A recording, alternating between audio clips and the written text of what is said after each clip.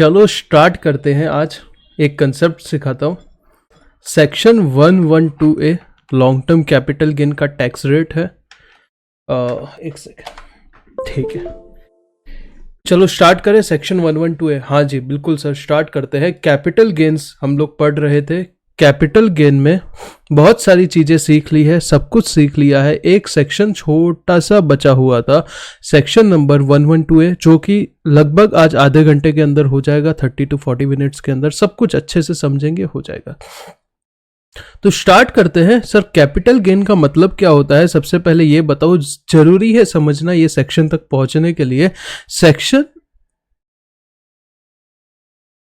Section number 45 जो है वो चार्जिंग सेक्शन है कैपिटल गेन का। वो बोलता है कि अगर सेक्शन 214 में जो कैपिटल असेट दिए हुए हैं उसका आप ट्रांसफर करते हो और जिस ईयर में ट्रांसफर करते हो उस ईयर के उस प्रीवियस ईयर की क्या मानी जाएगी? इनकम मानी जाएगी। जो भी आपका सेल होगा वो बेसिकली उसमें से रिड्यूस होता है, कॉस्ट ऑफ एक्विजिशन, वो सब अपने को पता है, करेक्ट है। उससे पहले बताता हूं कि सर ये क्या होगा, कैपिटल गेन का फॉर्मेट क्या होगा। Full value of consideration minus transfer expense आ जाएगा नेट कंसिडरेशन। उसमें से दो चीजें रिड्यूस होगी, कॉस्ट ऑफ एक्विजिशन या इंडेक्स कॉस्ट ऑफ एक्विजिशन या cost of improvement slash index cost of improvement. तो आपका आ जाएगा कैपिटल गेन। नहीं समझा तो कुछ नहीं, पुण्य के हिसाब से सुन लो कि अच्छा लगेगा, पुण्य मिलेगा, सुन लो उस हिसाब से, ठीक है। तो अभी हम क्या देखने वाले हैं, ये जो कैपिटल गेन आ गया उसके ऊपर टैक्स रेट है एक, सेक्शन 112A। ये क्या है? टैक्स रेट है, बेसिकली आपको इतना समझना है। तो देखो कितने टाइप की टैक्स रेट होती है। तो देखो इनकम टैक्स में अलग अलग टाइप की अलग अलग टैक्स रेट्स होती है। उसमें जो कैपिटल गेन्स है उसके लिए क्या होता है, अलग टैक्स रेट होती है। लास्ट लेक्चर में हम लोग ने इन डिटेल सब समझा था। अभी मैं क्या करता हूं, आपको यहां पे शॉर्ट फटाफट समराइज वे में बताता हूं कैपिटल गेन्स में टैक्स रेट कैसे होगी। तो दो तरीके के कैपिटल गेन होंगे, या तो लॉन्ग टर्म कैपिटल गेन होगा या तो शॉर्ट टर्म कैपिटल गेन होगा।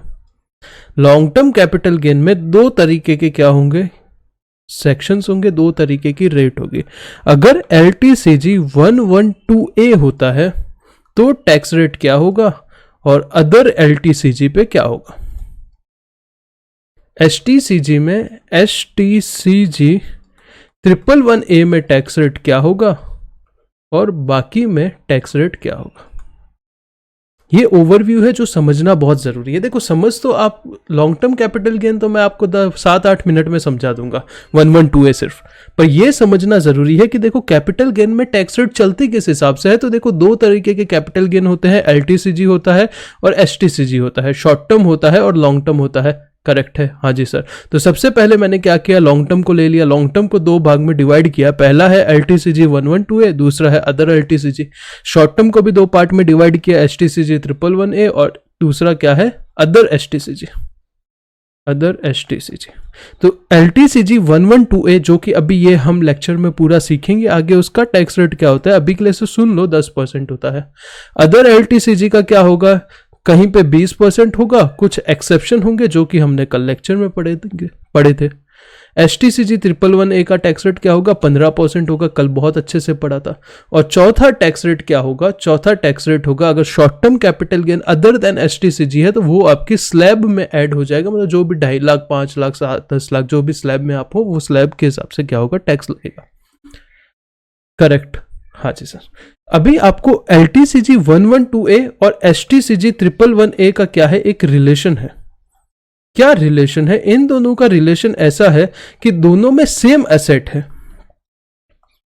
अगर सेम एसेट आप क्या करते हो, ट्रांसफर करते हो, और अगर शॉर्ट टर्म के लिए करते हो तो STCG लग जाएगा 111A जिससे 15% टैक्स लगेगा, और लॉन्ग टर्म में ट्रांसफर करते हो तो आपको 112A लग जाएगा जिसमें 10% टैक्स लग जाएगा।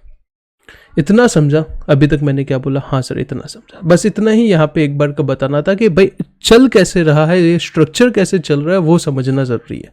तो देखो सबसे पहले मैंने बताया कि कैपिटल गेन का मतलब क्या होता है वो अपने को पता है। तो ये for this section which capital asset need to be transfer, कौन से ऐसे कैपिटल असेट है जो बेचोगे तो ये सेक्शन अट्रैक्ट हो जाएगा, सेक्शन 112A अट्रैक्ट हो जाएगा। तो सेम वही एसेट है, कौन से एसेट है जो STCG 111A में थे। पहला, कोई भी तरीके का इक्विटी शेयर, दूसरा कोई भी तरीके का equity oriented fund mutual fund का, और तीसरा बिजनेस ट्रस्ट का कोई यूनिट। अगर आप ये लॉन्ग टर्म के लिए बेच देते हो, 12 महीने से ज्यादा होल्ड करके इक्विटी शेयर, 12 महीने से ज्यादा इक्विटी ओरिएंटेड फंड और 36 मंथ से ज्यादा यूज करके बिजनेस ट्रस्ट का कोई यूनिट क्या करते हो, सेल करते हो, तो सेक्शन 112A लगेगा। साथ में बोलो कौन से 3 असेट है। पहला है इक्विटी शेयर, पहला कौन सा है इक्विटी शेयर, दूसरा कौन सा है इक्विटी ओरिएंटेड फंड, और तीसरा कौन सा है बिजनेस ट्रस्ट का यूनिट। करेक्ट है। जब मैंने आपको जो पीरियड ऑफ होल्डिंग का मैंने एक बार आपको कंसेप्ट पढ़ाया था वो वापस से रिवाइज करा देता हूं फटाफट। देखो, कोई भी एसेट लॉन्ग टर्म या शॉर्ट टर्म कब होता है, बाकी देखो हर एक एसेट के लिए यही समझो 3 साल का क्राइटेरिया है लॉन्ग टर्म या शॉर्ट टर्म जानने का। बट अगर आपके पास अनलिस्टेड शेयर है या इमूवेबल प्रॉपर्टी है, अगर आपने 2 साल उससे ज्यादा भी होल्ड कर दिया तो क्या मान लिया जाएगा, 2 लॉन्ग टर्म, उससे कम शॉर्ट टर्म। और listed security other than unit, mutual fund का इक्विटी ओरिएंटेड यूनिट या UTI का यूनिट, और तीसरा जीरो कूपन बॉन्ड के लिए ये टाइम लिमिट क्या होता है, 1 साल होता है। करेक्ट है। इसीलिए अगर आपने ये मेरे नोट्स देखे रहेंगे तो यहां पे मैंने टाइम पीरियड भी लिख के रखा है आपके लिए, ताकि आपको प्रॉब्लम ना हो बाद में। अगर आप ये देखते हो यहां पे इक्विटी शेयर कब लॉन्ग टर्म शॉर्ट टर्म के लिए क्या पीरियड देखा जाएगा, 12 महीना देखा जाएगा। इक्विटी ओरिएंटेड फंड के लिए 12 मंथ देखा जाएगा, और बिजनेस ट्रस्ट के यूनिट के लिए क्या देखा जाएगा, 36 मंथ देखा जाएगा। करेक्ट है। हाँ जी सर। तो यहां पे मैंने सिर्फ आपको बेस क्लियर कर दिया है कि ये कब लगेगा, कैपिटल गेन पे लगेगा, क्या पीरियड, कौन कौन से असेट पे लगेगा, 3 असेट पे लगेगा, equity share, equity oriented fund और unit of business trust. Correct है। इनका टाइम पीरियड क्या देखा जाएगा, 12 महीना 36 मंथ, और एक कैपिटल गेन के टैक्स रेट का बेसिक स्ट्रक्चर मैंने बताया था।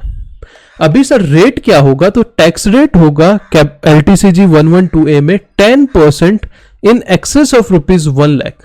मतलब समझो आपने इनकम कमाया 1.5 लाख रुपया LTCG 112A वाला, तो टैक्स 1,50,000 पे नहीं लगेगा, इसमें से 1 लाख रिड्यूस कर देंगे, सिर्फ 50,000 पे टैक्स लगेगा एट द रेट 10%।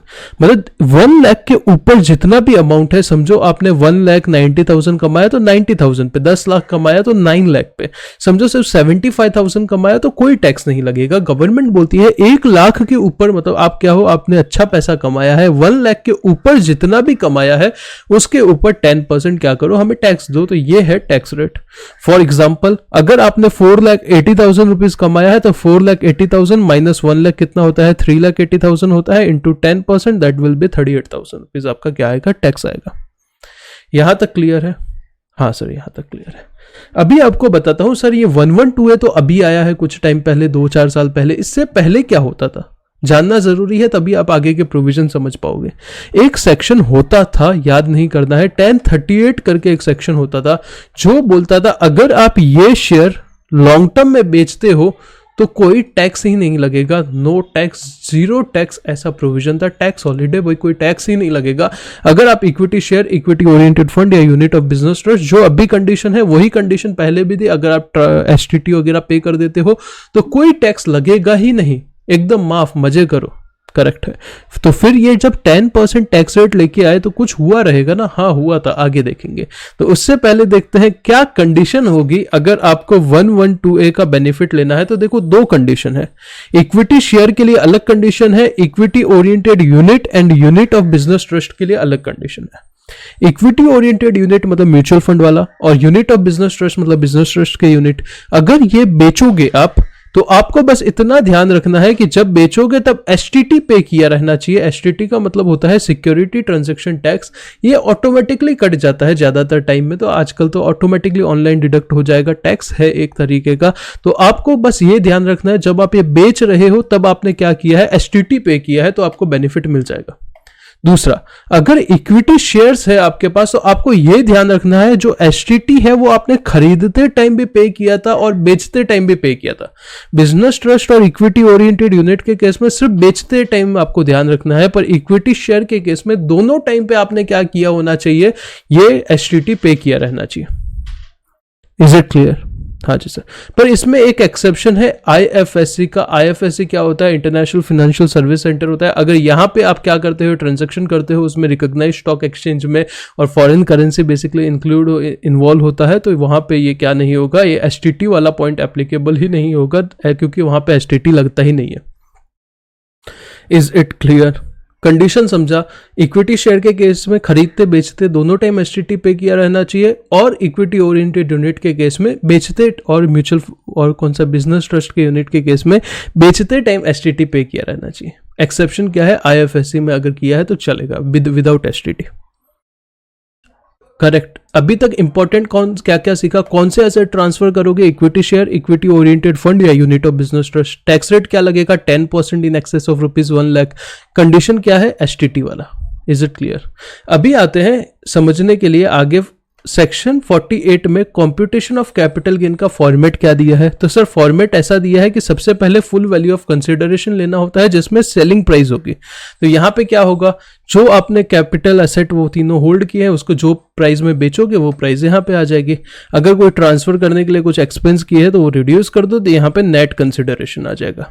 अभी बात करते हैं cost of acquisition. Sir cost क्या आएगा, समझो, बहुत इंपॉर्टेंट है। मैंने क्या बोला, पहले सेक्शन 1038 लगता था, उसमें नो टैक्स था, कोई टैक्स ही नहीं लगेगा। अभी अरुण जेटली जी ये बजट लेके आए थे 1 फ़रवरी को, करेक्ट है? हाँ जी सर, 1 फ़रवरी को बजट लेके आए थे 2018 में, जिसमें बोला था कि अभी हम 10% क्या लगाएंगे, टैक्स लगाएंगे। अभी 10% टैक्स लगाने का मतलब क्या होता है पता है? किसी ने समझो 1 लाख रुपए में ये एसेट होल्ड किया था, खरीदा था 1 लाख रुपए में, उसका वैल्यू 1 करोड़ हो गया ओवर 100 साल, 50 साल, 60 साल, हो सकता है 100 करोड़ क्या 10 करोड़ 100 करोड़ हो सकता है, क्यों नहीं हो सकता? करेक्ट है। तो समझो 10 करोड़ उसका वैल्यू हो गया। अभी वो फुल वैल्यू ऑफ कंसिडरेशन में 10 करोड़ डालेगा, ट्रांसफर एक्सपेंस नील डालेगा, नेट कंसिडरेशन 10 करोड़, फिर क्या कॉस्ट ऑफ एक्विजिशन में वो 1 लाख डालेगा क्या लगता है आपको? इंडेक्सेशन करके भी कितना है, वो सवाल ही नहीं उठता है यहाँ पे। तो 1 लाख रिड्यूस अगर हम करते हैं तो क्या इतने अमाउंट पे वो टैक्स भरेगा?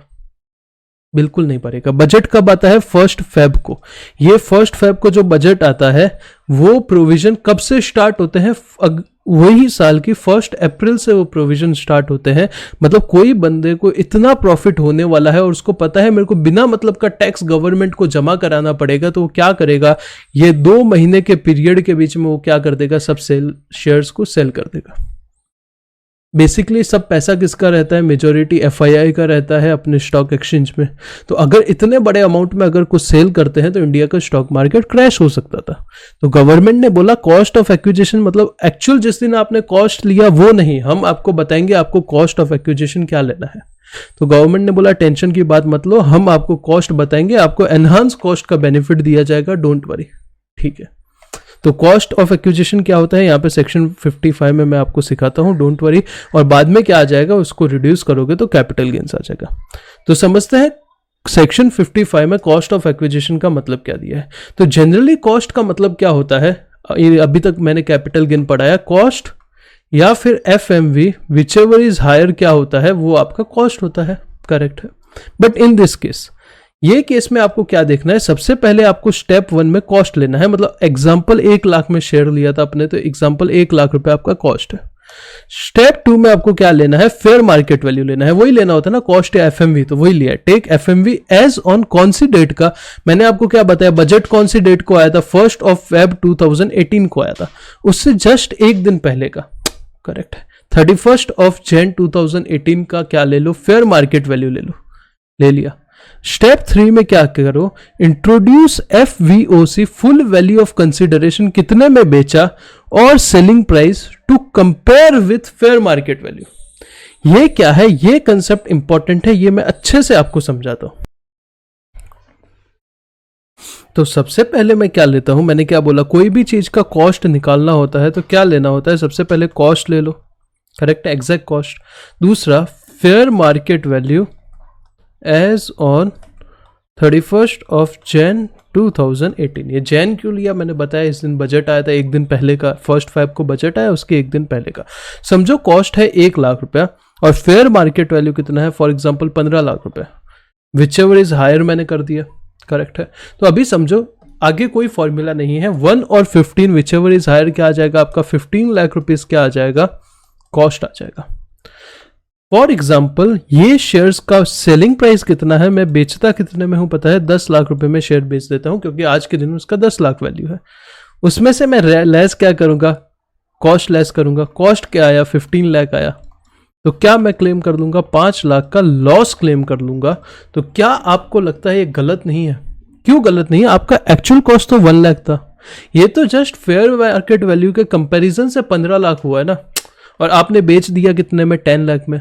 तो ये आपको क्या लगता है गलत नहीं हो गया? आपने अननेसेसरी का लॉस क्लेम कर दिया। तो गवर्नमेंट ने बोला ये नहीं चलेगा, कॉस्ट और FMV whichever is higher आया उसको समझो एक्स ले लो, उसको कंपेयर करो किससे, सेलिंग प्राइस से। आपने एक्चुअल सेल के जो शेयर सेल किया सेलिंग प्राइस समझो 10 लाख है, उससे कंपेयर करो, विच एवर इज लोअर ले लो, तो जो आएगा 10 लाख रुपया, तो वो आपका क्या बन जाएगा, फुल वैल्यू कॉस्ट बन जाएगा।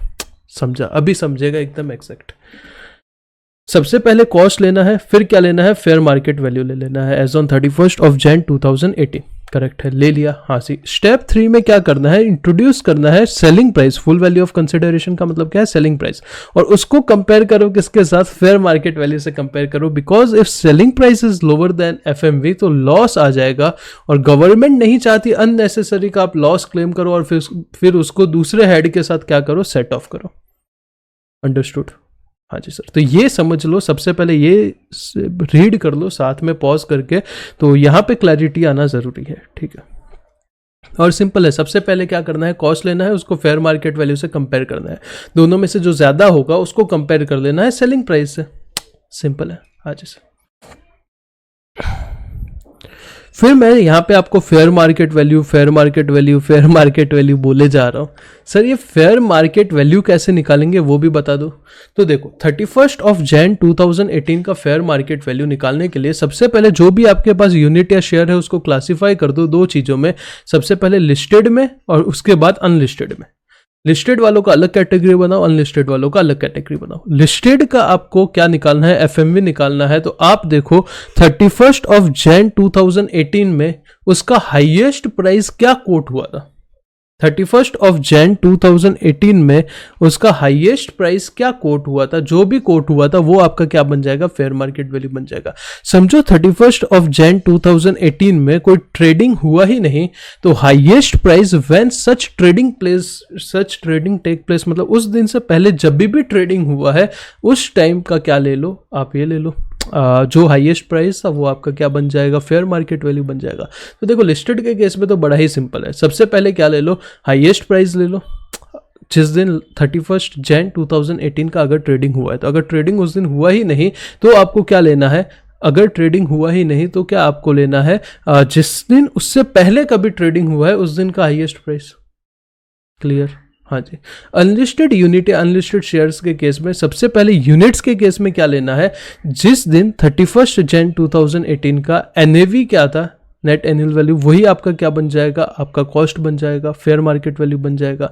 बट फॉर शेयर्स के केस में आपको कैसे निकालना है, कॉस्ट ऑफ एक्विजिशन को ले लो, जो एक्चुअल कॉस्ट है उसको मल्टीप्लाई करो ए से, डिवाइड करो बी से। ए क्या है, CII फॉर 1718 मतलब जिस टाइम बजट आया था उसका कॉस्ट इन्फ्लेशन इंडेक्स नंबर 272, और डिवाइड कर दो बी से। बी क्या है, जिस टाइम आपने परचेज किया था उसका CII। अपने एग्जाम्पल में 1, 2 या फिर जब भी आपने वो शेयर्स परचेज किए थे वो आपका क्या बन जाएगा, एफएमवी बन जाएगा। तो देखो ध्यान से सुनो, एफएमवी के लिए दो पार्ट में डिवाइड करो, सबसे पहले लिस्टेड, दूसरा अनलिस्टेड। लिस्टेड शेयर्स यूनिट सबके लिए सेम ही चीज़ है। 31 Jan 2018 का हाईएस्ट कोट था वो आपका एफएमवी होगा। अगर उस दिन ट्रेडिंग नहीं हुआ तो उससे पहले जब भी ट्रेडिंग हुआ उस दिन का हाईएस्ट कोट आपका क्या रहेगा, एफएमवी रहेगा। अनलिस्टेड यूनिट या अनलिस्टेड शेयर्स के लिए सबसे पहले यूनिट्स की बात करें तो जो एनएवी था 31 Jan 2018 का वही आपका एफएमवी रहेगा। शेयर्स के केस में कॉस्ट को ले लो, अभी फेयर मार्केट वैल्यू में कन्वर्ट करना है ना, तो सबसे पहले कॉस्ट को ले लो, उसको 1718 के इंडेक्स नंबर से मल्टीप्लाई कर दो, डिवाइड जिस टाइम परचेस किया था उसके इंडेक्स नंबर से डिवाइड कर दो। करेक्ट है? हाँ जी। तो इतना ये रीड कर लो एफएमवी वाला कंसेप्ट। देखो ये दो कंसेप्ट ही इंपॉर्टेंट है, एक तो रेट याद रखना इंपॉर्टेंट है, दूसरा कॉस्ट कैसे निकालेंगे वो निकालना इंपॉर्टेंट है, और तीसरा एफएमवी कैसे निकालेंगे वो निकालना कम इंपॉर्टेंट है। बाकी कुछ नहीं है, बाकी थियोरी है। रीड कर दो। इसके बाद एग्जाम्पल भी करेंगे और ये नोट्स जो है ये आपको मिल जाएंगे free of cost Telegram channel पे। तो मैंने आपको ऊपर क्या बताया था, मैंने बताया था इक्विटी शेयर के केस में जब आपने खरीदा था या जब आप बेच रहे हो, दोनों टाइम पे अगर एसटीटी पे होगा तो ही आपको 112A का बेनिफिट मिलेगा, ऐसा मैंने बोला था। हाँ जी सर, बिल्कुल बोला था।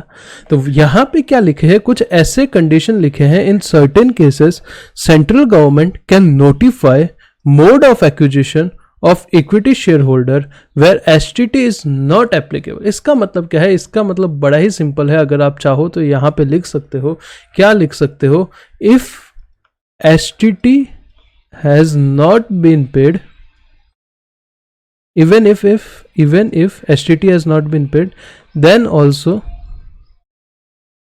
benefit of 112A will be allowed। मतलब क्या है कि अगर आपने भले ही एसटीटी नहीं पे किया खरीदते टाइम, एक्विजिशन के टाइम से बात हो रही है, खरीदते टाइम एसटीटी नहीं पे किया तो भी आपको ये केसेस में 112A का बेनिफिट मिलेगा। अभी थियोरी है पूरा, कुछ ऐसा महान काम नहीं है।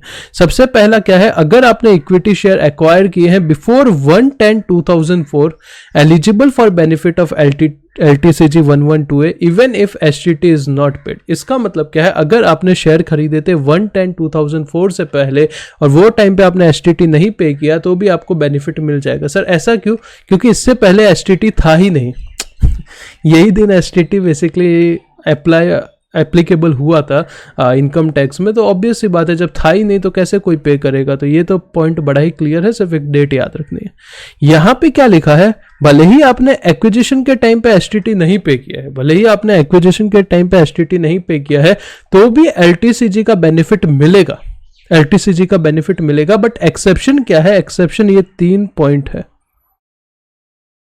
ये 3 पॉइंट में आपको एक्विजिशन के टाइम कंपलसरी क्या करना है, एसटीटी पे करना है, नहीं तो बेनिफिट नहीं मिलेगा। पहला क्या पॉइंट है, कैपिटल एसेट आपने एक्वायर किया था during period where company delist and got relist again. मतलब क्या है, ये एक पीरियड है, समझो 1 अप्रैल, ये टाइम पे कंपनी स्टॉक एक्सचेंज से डीलिस्ट हो गई और 1 जून के टाइम वापस रीलिस्ट हो गई।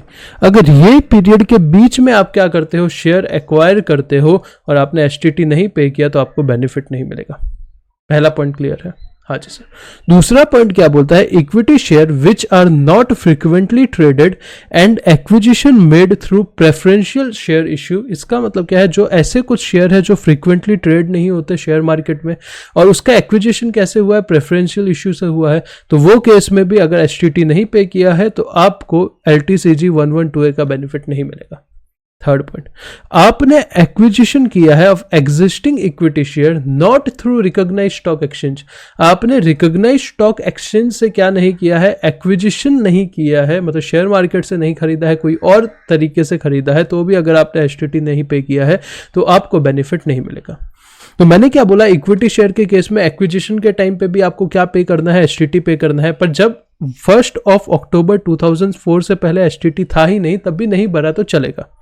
और ये 3 केस कैसे याद रखने, ये ही 3 एक ऐसे केस है जहां पे अगर एक्विजिशन के टाइम पे आप एसटीटी नहीं पे करते तो आपको बेनिफिट नहीं मिलता, बाकी सब जगह पे मिल जाएगा। पहला क्या, एसेट डीलिस्टिंग के टाइम से लेके रीलिस्टिंग के बीच में आपने खरीदा, पहला पॉइंट। दूसरा पॉइंट, ऐसे शेयर जो फ्रीक्वेंटली ट्रेड नहीं होते और आपने प्रेफरेंशियल इश्यू वगैरह से खरीद लिए। और थर्ड, आपने एक्वायर किया है existing equity share not through recognised stock exchange, stock exchange से नहीं खरीदे। अभी 2 पॉइंट जो सेकंड और थर्ड पॉइंट मैंने बताया, frequently traded not frequently traded share वाला और जो आपने स्टॉक एक्सचेंज से नहीं खरीदे, उसके कुछ एक्सेप्शन है। मतलब भले ही आपने ये वाले केस में एसटीटी नहीं पे किया है फिर भी आपको क्या मिलेगा, बेनिफिट मिलेगा 112A का। सबसे पहले पॉइंट नंबर 2, मतलब वो वाले शेयर जो फ्रिक्वेंटली स्टॉक एक्सचेंज में ट्रेड नहीं है और प्रेफरेंशियल इश्यू से खरीदे हैं, अगर आपने खरीदे हैं वो अप्रूव किया है किसने, सुप्रीम कोर्ट ने, हाई कोर्ट ने, एनसीएलटी ने। एनसीएलटी क्या होता है, नेशनल कंपनी लॉ ट्रिब्यूनल, जो भी एक छोटा सा कोर्ट होता है, मतलब 3 कोर्ट ने या फिर आरबीआई ने आपका वो परचेस अप्रूवल किया है और आपने भले ही एसटीटी नहीं पे किया है तो आपको क्या मिल जाएगा, बेनिफिट मिल जाएगा। दूसरा, आप क्या हो, नॉन रेजिडेंट हो और आपने जो गाइडलाइन एफडीआई की फॉरेन डायरेक्ट इन्वेस्टमेंट की गाइडलाइन होती है उसके अकॉर्डिंगली क्या किया है, खरीदा है, तो भी आपको क्या मिल जाएगा, अलाउड हो जाएगा। तीसरा, अगर आप इन्वेस्टमेंट फंड हो तो भी आपको बेनिफिट मिल जाएगा। और चौथा, आप अगर क्वालिफाइड इंस्टीट्यूशनल बायर हो तो भी आपको बेनिफिट मिल जाएगा। Is it clear? हाँ जी। Point is not applicable if acquisition by recognised stock exchange, उसके केस में तो ऑल पॉइंट जो यहाँ पे है वो सब कुछ सेम होंगे। और सेकंड एक्सेप्शन, यहाँ पे जितने पॉइंट है वो यहाँ पे आएंगे ही। साथ में अगर ईसॉप में आपको शेयर मिलता है वो तो भाई स्टॉक एक्सचेंज से नहीं होता ना, तो भी आपको LTCG 112A का बेनिफिट मिलेगा। अगर आपको सेबी के रेगुलेशन के थ्रू कुछ शेयर वगैरह आपने लिए हैं तो भी आपको बेनिफिट मिलेगा। अगर आपको गवर्नमेंट से शेयर मिले हैं तो भी आपको बेनिफिट मिलेगा। या सेक्शन 47 क्या होता है, जो ऐसे कुछ ट्रांजेक्शन होते हैं जो ट्रांसफर नहीं माने जाते। और सेक्शन 50B क्या होता है, स्लम सेल वाला प्रोविजन। तो ये केस में भी आपको क्या बेनिफिट मिलेगा, बिल्कुल मिलेगा। तो सबसे पहले ये देखा कि किस किस केस में बेनिफिट नहीं मिलेगा, फिर उसके एक्सेप्शन भी देख लिए हम लोग ने। क्लियर? ये थियरी है, बस एक बार अच्छे से रीड कर लेना, इनफ। रटने बैठने की जरूरत नहीं, ऊपर वाला रटना है, मतलब समझना है, रटना है, प्रैक्टिकल इंप्लीकेशन करना है, सब कुछ करना है। कॉस्ट ऑफ एक्विजिशन क्या होता है, FMV क्या होता है, वो सब। फिर नोट्स की बात करें तो देखो, सेक्शन 112A में आपको इंडेक्सेशन का बेनिफिट नहीं मिलेगा। फर्स्ट प्रोवाइजो और second proviso of section 48। First proviso क्या होता है, वो TTBR TTSR नॉन रेजिडेंट के केस वाला। सेकेंड प्रोवाइजो क्या होता है, इंडेक्सेशन होता है। ये आपको 112A में नहीं मिलेगा। कोई तरीके का डिडक्शन आपको अलाउड नहीं होगा 112A की इनकम के सामने 80C से लेके 80U तक। और जो 87A का रिबेट होता था सेक्शन 87A का, वो भी आपको यहाँ पे LTCG 112A के सामने नहीं मिलेगा। फर्स्ट इंडेक्सेशन नहीं मिलेगा, डिडक्शन नहीं मिलेगा, रिबेट नहीं मिलेगा। Is it clear? हाँ जी सर। तो अभी तक मैंने 112A में आपको क्या कराया, वापस रिवाइज कर लेते हैं। फिर एक छोटा सा क्वेश्चन है, वो भी हम क्या करते हैं, साथ में सॉल्व कर लेते हैं। सबसे पहले कौन कौन से कैपिटल असेट बेचोगे? सबसे पहले तो लॉन्ग टर्म होना चाहिए। कौन कौन से capital asset? Equity share, equity oriented unit या यूनिट का, बिजनेस ट्रस्ट का यूनिट बेचोगे तो LTCG 112A अट्रैक्ट होगा। रेट क्या होगा, 1 लाख के ऊपर 10%। एग्जाम्पल दिया हुआ है। कंडीशन क्या होनी चाहिए, बाकी सबके केस में बेचने के टाइम पे क्या होना चाहिए, STT पे होना चाहिए। और इक्विटी शेयर के केस में दोनों खरीदने बेचते टाइम क्या होना चाहिए, आपका पे होना चाहिए STT। फिर कंपटीशन में क्या यहाँ पे समझाने की कोशिश थी, ये समझाने की कोशिश थी कि कॉस्ट ऑफ एक्विजिशन कैसे निकलेगा। तो बड़ा ही सिंपल है। सबसे पहले कॉस्ट ले लो और FMV ले लो, दोनों में से ज्यादा है उसको साइड रखो, उसको कंपेयर करो सेलिंग प्राइस से, दोनों में से लोअर है वो आपका क्या आ जाएगा, कॉस्ट आ जाएगा।